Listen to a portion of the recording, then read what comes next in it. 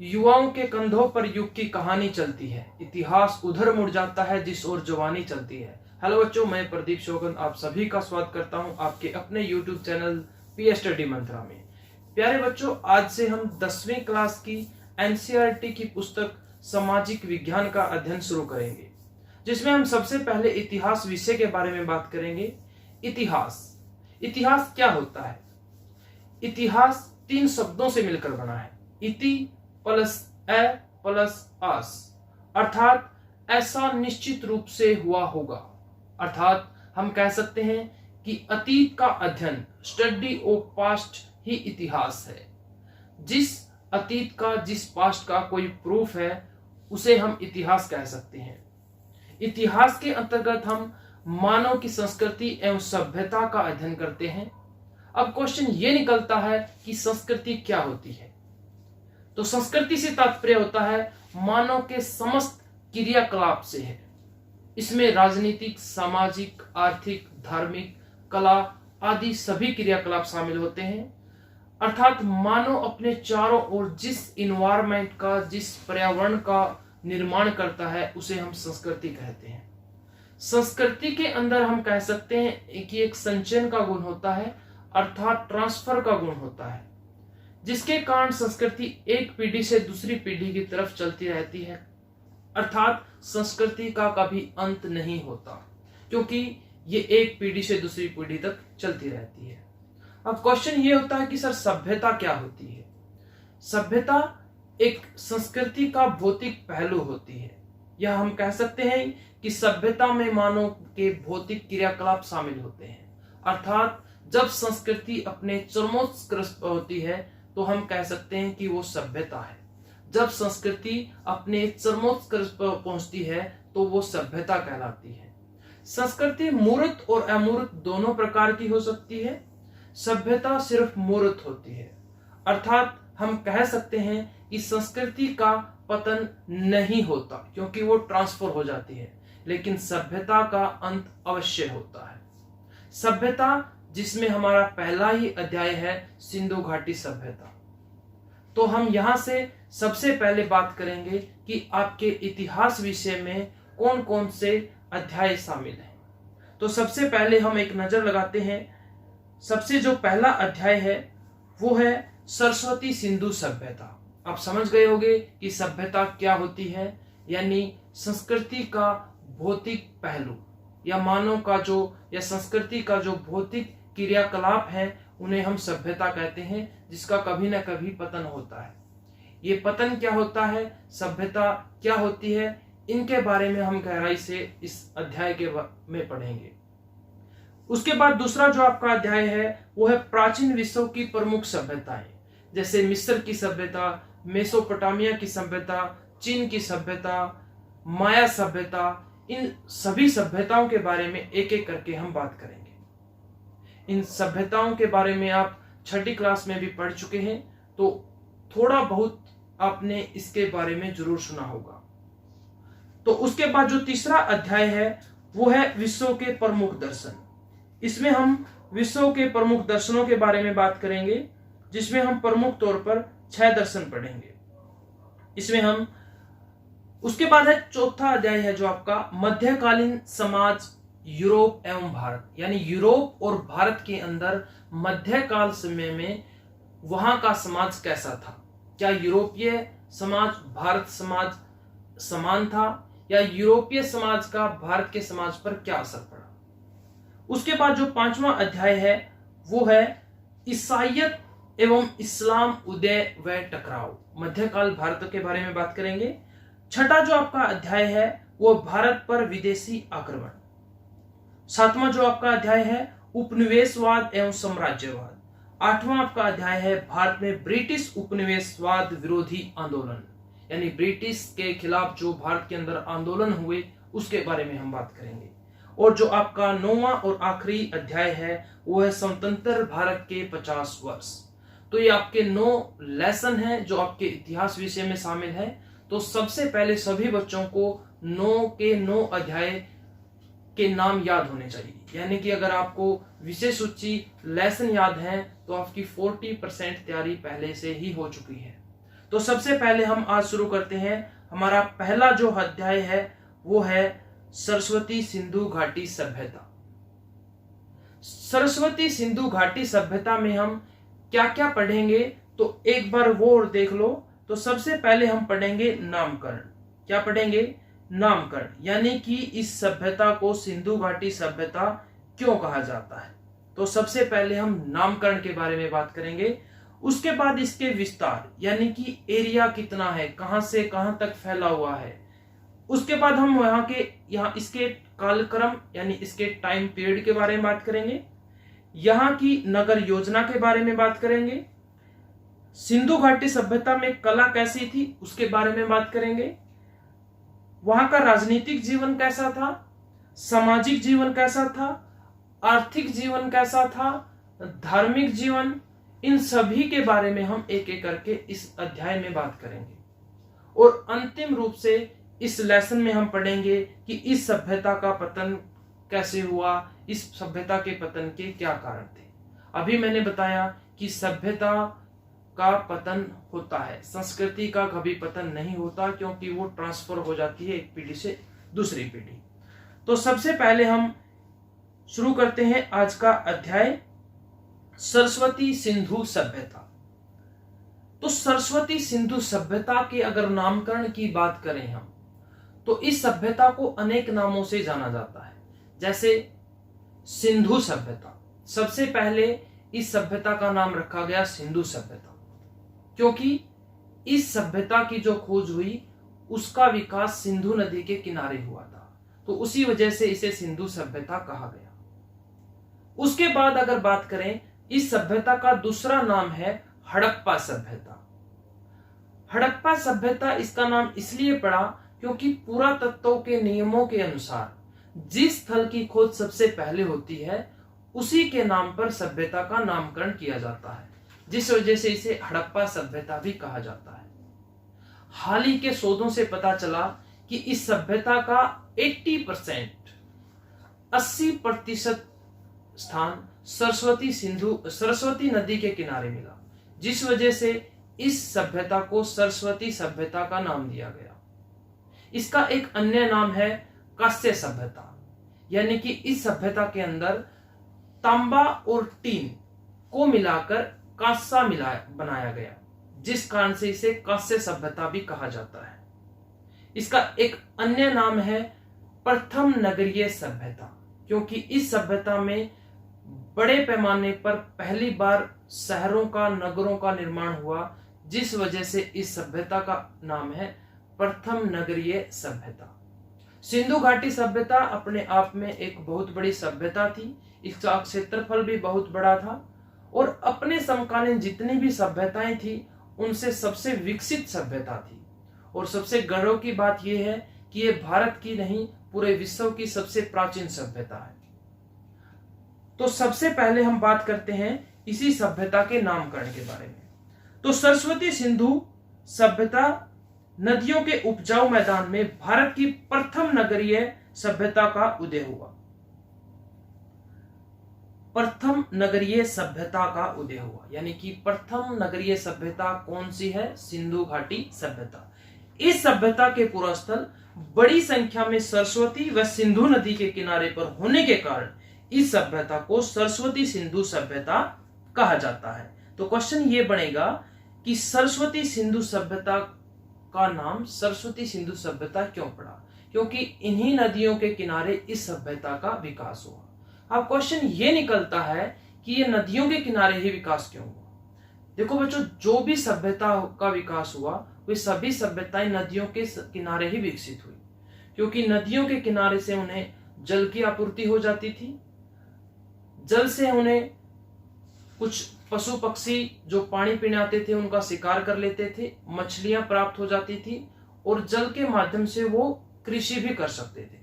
इस वजह से नदियों के किनारे ही हर सभ्यता का विकास हुआ। हालांकि इस सभ्यता को सिंधु सभ्यता, हड़प्पा सभ्यता के नाम से भी जाना जाता है। हड़प्पा सभ्यता क्यों? क्योंकि सबसे पहला स्थल जो खोजा गया था उसका नाम था हड़प्पा। कालानुक्रम की दृष्टि से इस सभ्यता को मेसोपोटामिया और मिस्र की सभ्यताओं के समकालीन माना जाता है। जो मेसोपोटामिया की सभ्यता है और मिस्र की सभ्यता है, उन्हीं के समकालीन है। समकालीन का मतलब है कि एक ही समय की ये सभ्यताएं हैं। जैसे कि मैं और आप एक ही समय में प्रेजेंट है, तो हम एक दूसरे के समकालीन हुए। सर्वप्रथम 1921 में दयाराम साहनी ने पंजाब प्रांत में हड़प्पा और 1922 में राखलदास बनर्जी ने सिंध प्रांत में मोहनजोदड़ो नामक पूरा स्थलों का उत्खनन हुआ। तो सबसे पहले 1921 के अंदर दयाराम साहनी ने किसकी खोज की? हड़प्पा की। और 1922 में राखलदास आर.सी. बनर्जी ने मोहनजोदड़ो की खोज की, जिसके फलस्वरूप इस अज्ञात भारतीय नगरीय सभ्यता के महत्व की ओर लोगों का, विशेष रूप से पुरातत्वविदों का आकर्षण बढ़ा।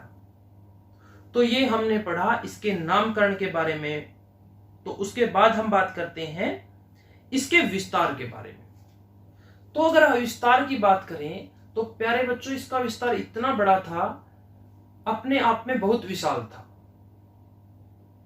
इसका विस्तार 3 देशों में फैला था, पाकिस्तान, अफगानिस्तान और भारत। तो एक बारी नजर लगा लेते हैं कि वो भारत पाकिस्तान में वो कौन कौन से स्थल हैं जहां पर सिंधु घाटी सभ्यता का विस्तार था। सिंधु घाटी सभ्यता का अगर क्षेत्रफल की बात करें तो इसका कुल क्षेत्रफल था 2,15,000 वर्ग किलोमीटर। तो जो पाकिस्तान है, पाकिस्तान से 3 स्थानों से सिंधु घाटी सभ्यता का विस्तार है। पाकिस्तान के बलूचिस्तान, सिंध प्रांत, पंजाब प्रांत में सिंधु सभ्यता का विस्तार का पता चलता है। जो बलूचिस्तान है वहां से कौन कौन से स्थल प्राप्त हुए हैं?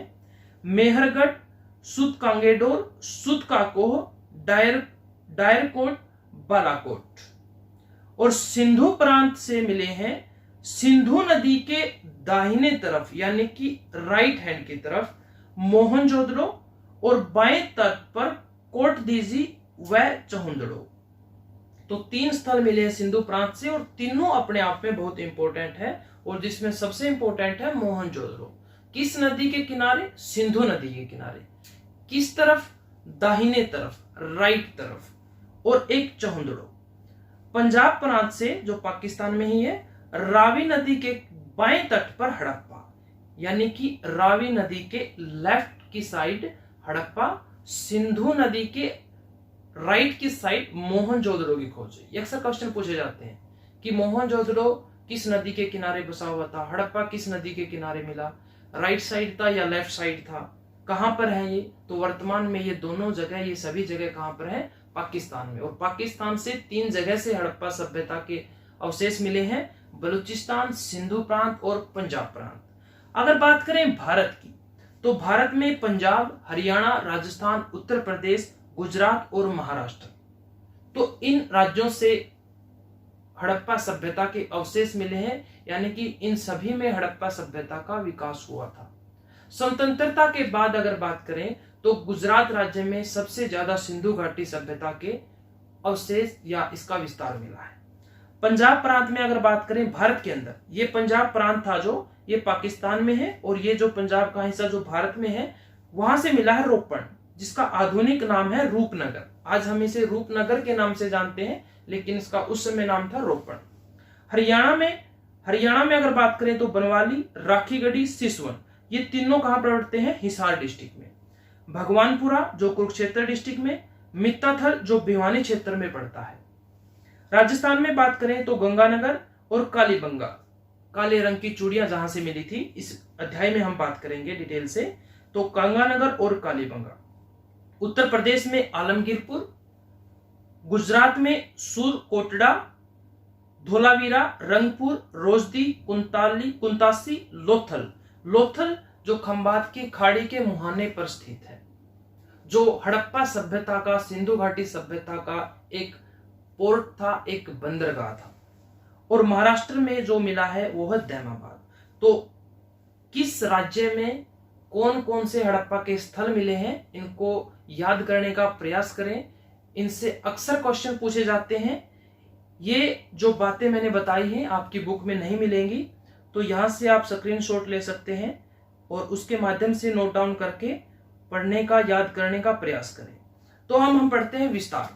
तो सरस्वती सिंधु सभ्यता का विस्तार पूर्व में आलमगीरपुर, जो कहां पर उत्तर प्रदेश में पड़ता है, से लेकर पश्चिम में सूतकांगेडोर, यानी कि आलमगीर से सूतकांगेडोर, तथा उत्तर में मांडा जो जम्मू में है, से लेकर दक्षिण में दायमाबाद महाराष्ट्र में पड़ता है जो तक था। इस सभ्यता का कुल क्षेत्रफल 2,15,000 वर्ग किलोमीटर था। इसके पुरास्थलों की दूरी पूर्व से पश्चिम तक, पूर्व से पश्चिम तक, इस तरफ ऐसे, ये कितनी थी? 1600 किलोमीटर। और उत्तर से दक्षिण तक अगर बात करें वो थी कितनी? 1400 किलोमीटर। इसके पुरास्थल भारत में पंजाब, हरियाणा, जम्मू कश्मीर, पश्चिमी उत्तर प्रदेश, उत्तरी राजस्थान, गुजरात, पाकिस्तान में बलूचिस्तान, इसके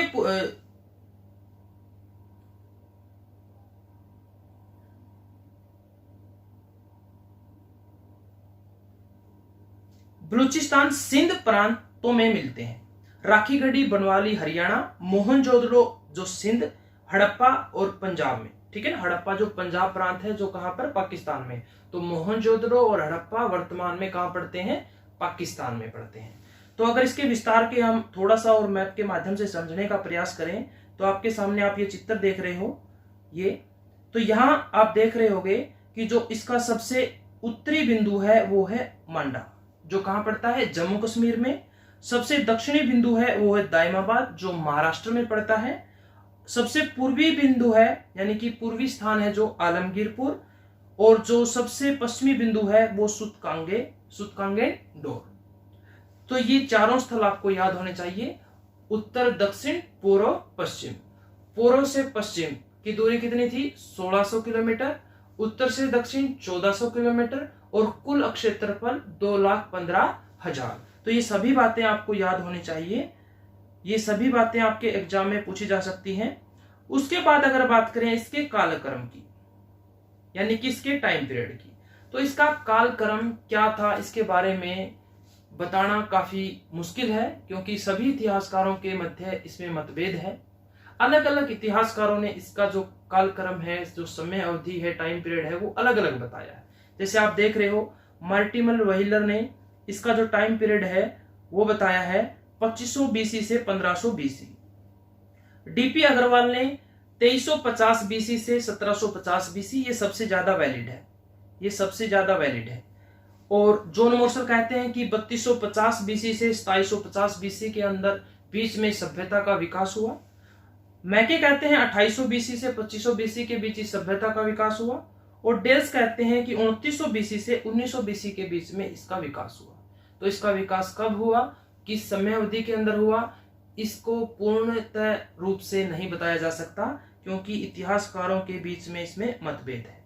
तो आइए पढ़ते हैं इसके बारे में, कालक्रम के बारे में। तो इसके कालक्रम को 3 चरणों में बांटा जा सकता है। आप देख रहे हो, प्रथम चरण, द्वितीय चरण और तृतीय चरण। प्रारंभिक काल, नगरीय काल और उत्तर काल। कालक्रम की दृष्टि से सरस्वती सिंधु सभ्यता को 3 चरणों में विभाजित किया जाता है। रेडियो कार्बन तिथियों से पता चलता है कि 7500 से 7000 ईस्वी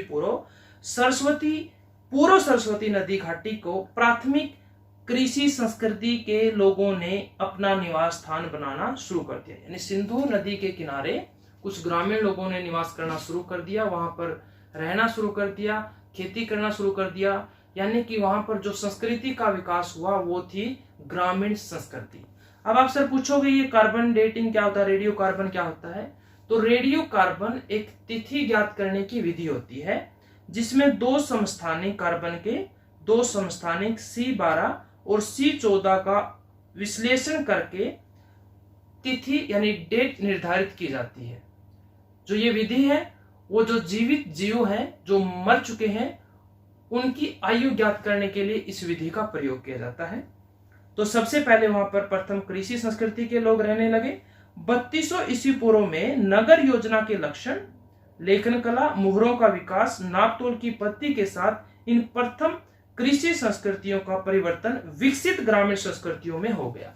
यानी कि जैसे जैसे ग्रामीण का विकास हुआ संस्कृति का, तो ग्रामीण संस्कृति एक नगरीय संस्कृति में या हम बोल सकते हैं कि विकसित ग्रामीण संस्कृति में परिवर्तित हो गई। और वही विकसित ग्रामीण संस्कृति धीरे धीरे एक नगर का रूप लेने लगी, एक शहर का रूप लेने लगी, और फिर धीरे धीरे वही नगर पतन की तरफ चला, उसका नगर से वो दोबारा ग्रामीण संस्कृति की तरफ चली गई और पूर्णतः फिर उसका अंत हो गया।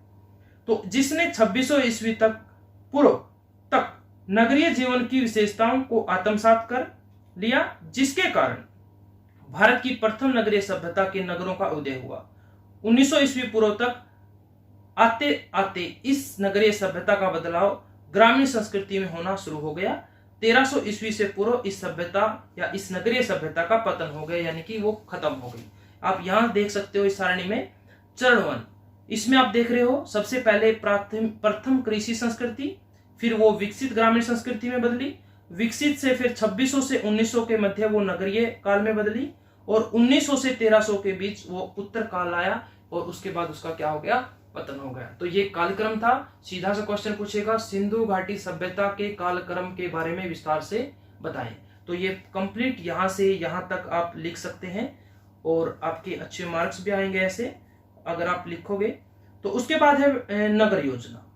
अगर नगर योजना की बात करें तो उस समय जो सिंधु घाटी सभ्यता के समकालीन जितनी भी सभ्यताएं थी, उनमें सबसे अच्छी सभ्यता या वहां की नगर योजना थी तो वो थी हड़प्पा सभ्यता की नगर योजना। वो अपने आप में विशेष थी, सबसे अलग थी, सबसे डिफरेंट थी। उसकी क्या क्या विशेषताएं थी? तो उसकी विशेषताएं मुख्य तौर पर रक्षा प्राचीर, किलेबंदी, सड़कें, नालियां, भवन और ईंटों का माप। वहां की जो नगर योजना थी, जो शहर की नगर योजना थी, वो अपने आप में विशेष थी। जो शहर था उसको 2 भागों में बांटा गया था। जैसे एक तरफ था, एक चबूतरा बनाया जाता था, चबूतरे के ऊपर एक टीला यानी कि एक वर्ग था जिसे पूर्वी दुर्ग कहते हैं, और एक तरफ था पश्चिमी दुर्ग।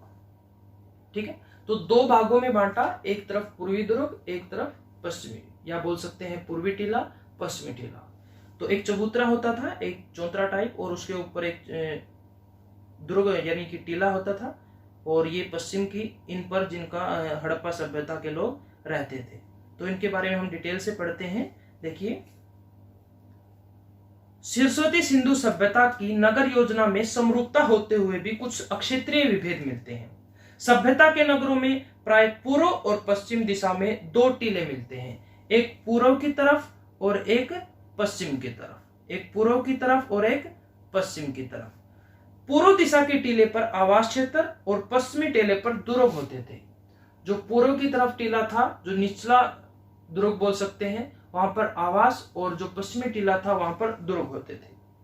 ये नगर मजबूत रक्षा प्राचीर से युक्त थे, यानी कि इनके चारों तरफ किलेबंदी थी, ऊंची ऊंची दीवारें थी जो इनकी बाढ़ और बाहरी आक्रमण से रक्षा करती थी। तो किलेबंदी क्यों की जाती थी? बाढ़ से बचने के लिए और बाहरी आक्रमण से बचने के लिए।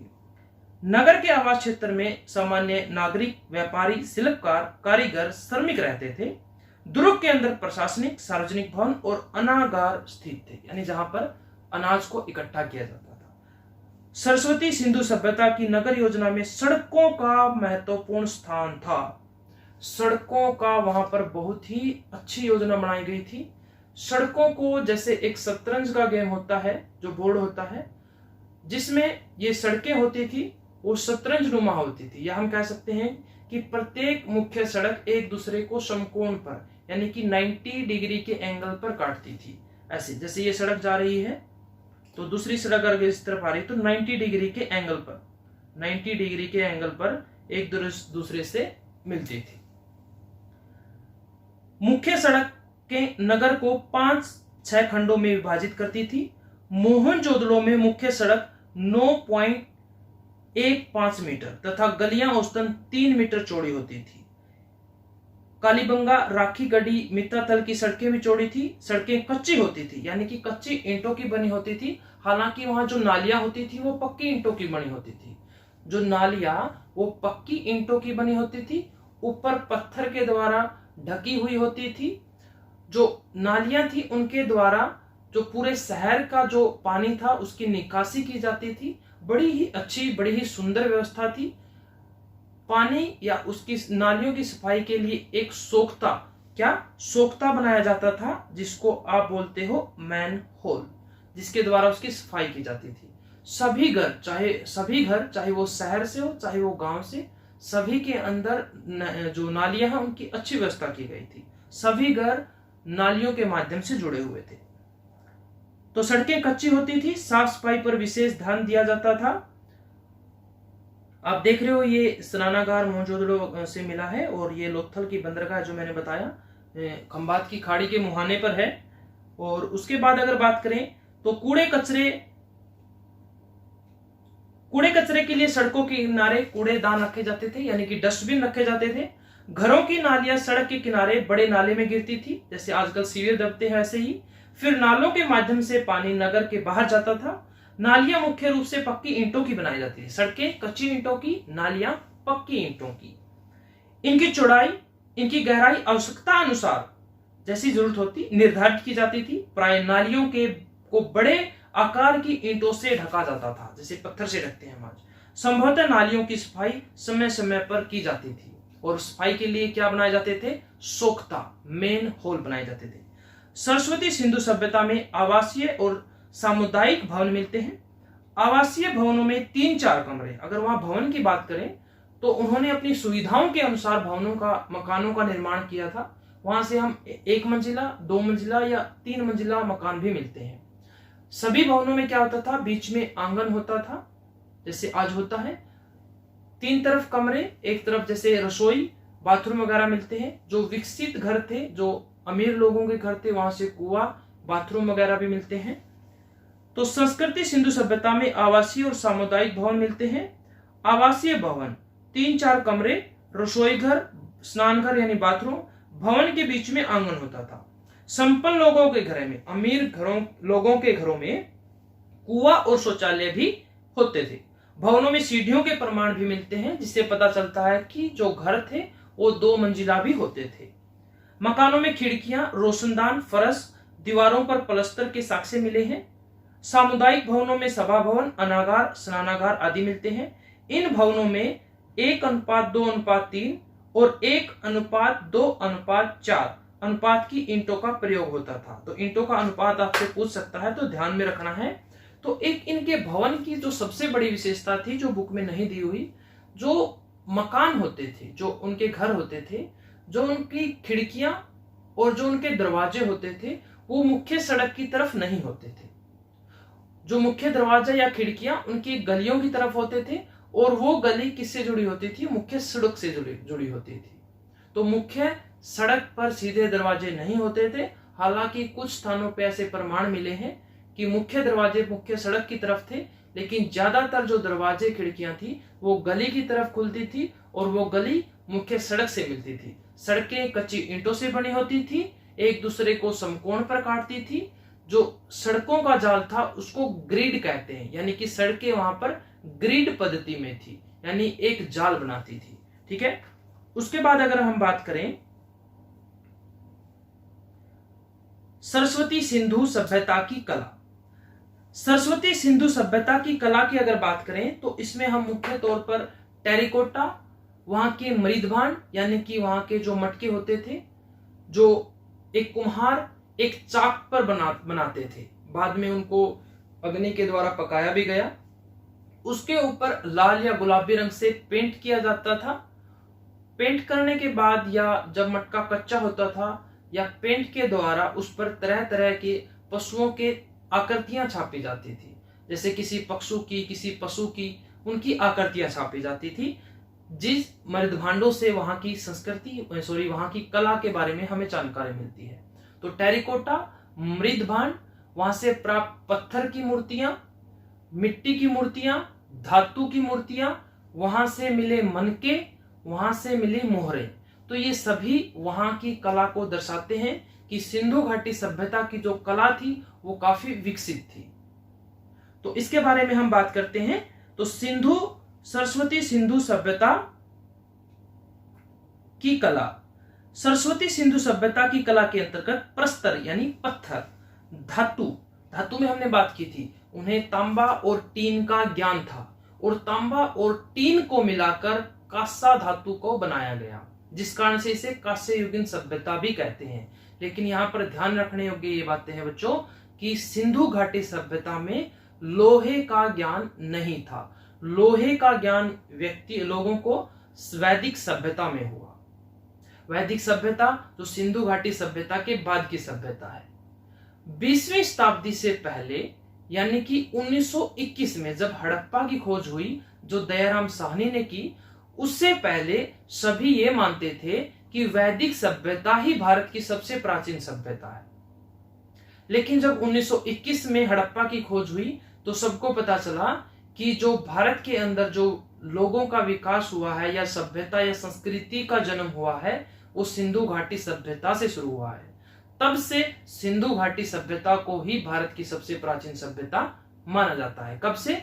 20वीं शताब्दी यानी 1921 से के बाद। ठीक है, तो यहां से पत्थर, धातु, मिट्टी की मूर्तियों को उल्लेख किया जाता है। इसके अतिरिक्त मोहरे, मनके, मिट्टी के बर्तन इसके सौंदर्य को इंगित करते हैं यानी दर्शाते हैं।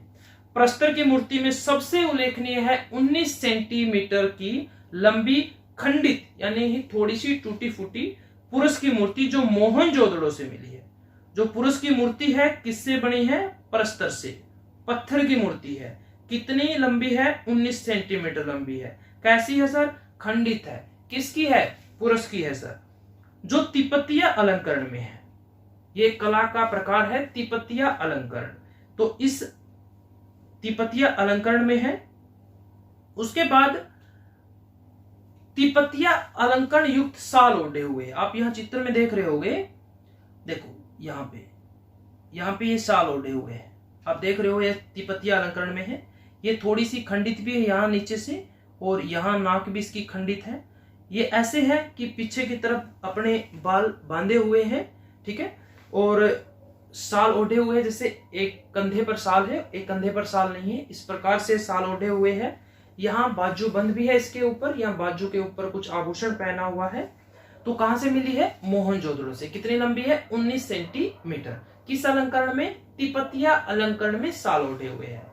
तो युक्त शाल ओढ़े हुए हैं। मोहनजोदड़ो से विश्व विख्यात धातु की नृत्यकी की मूर्ति मिली है। तो मोहनजोदड़ो से एक धातु की नृत्यकी की मूर्ति भी मिली है। पुरुषों, स्त्रियों, पशु पक्षियों की भी मिट्टी की मूर्तियां मिली है। मानव की मिट्टी की मूर्तियां आभूषण, सिरो, वेशभूषा के साथ मिलती है। पशु और पक्षियों में बैल, भेड़, बकरी, कुत्ता, हाथी, सूअर, मोर, बत्तख, तोता, कबूतर आदि मुख्य रूप से मिलते हैं। इनका मिलना हमें यह दर्शाता है कि उस सभ्यता में इन सभी पशुओं की, इन जीवों की वहां के लोगों को जानकारी थी। सरस्वती सिंधु सभ्यता की कला में मोहरों का महत्वपूर्ण स्थान है। मोहरें मुख्यतः चौकोर और आयताकार थी। कैसी थी? एक रेक्टेंगल के आकार की थी और चौकोर थी, आयताकार और चौकोर थी, जिन पर सूक्ष्म उपकरणों से पशु पक्षियों, देवी देवताओं, लिपि को अंकित किया गया है। जो वहां की लिपि थी वो चित्रात्मक थी। क्वेश्चन पूछते हैं, हड़प्पा सभ्यता की लिपि कैसी थी? चित्रात्मक थी, यानी कि अक्षरों की बजाय चित्रों के माध्यम से कम्युनिकेशन होता था। ठीक है। सेलखड़ी, गोमेद, शंख, हाथी दांत, सोने, चांदी, तांबे आदि के आभूषण, मनके, चूड़ियां, हार, कंगन, अंगूठी आदि मिलते हैं। इसके अतिरिक्त खेल के उपकरण, मिट्टी के बर्तन, अन्य गृह उपयोगी वस्तुएं भी बनाई जाती है। यानी कि कला काफी विकसित थी हड़प्पा सभ्यता में। तो आज हमने बात की वहां के सिंधु घाटी सभ्यता के नामकरण के बारे में, इतिहास क्या होता है। उसके बाद हमने बात की जो सिंधु घाटी सभ्यता है उसके विस्तार के बारे में। उसके बाद कालक्रम के बारे में बात की। उसके बाद हमने नगर योजना के बारे में बात की, और फिर अंतिम रूप से हमने बात की कला के बारे में।